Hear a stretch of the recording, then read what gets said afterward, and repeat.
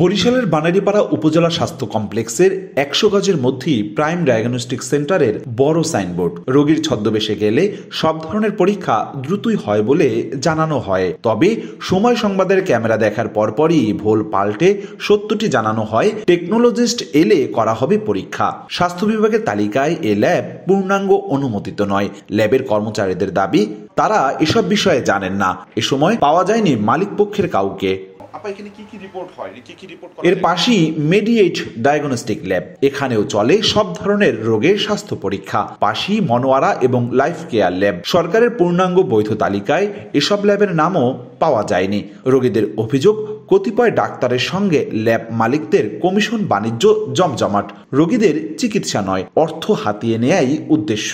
ডাক্তারের কাছে রোগী গেলে পরে এরা টেস্ট দেয়, আর এই টেস্টগুলো এক শ্রেণীর দালাল আছে, ওই ল্যাবগুলোতেই পাঠায়। উপজেলা স্বাস্থ্য কর্মচারী ডাক্তার মেডিকেলে চিকিৎসা না করিয়া চিকিৎসাটা তারা বিকালে এবং সকালে বসে হইল এই ল্যাবে। কেবল বানারীপাড়া নয়, বরিশালের 10টি উপজেলাতেই একই চিত্র।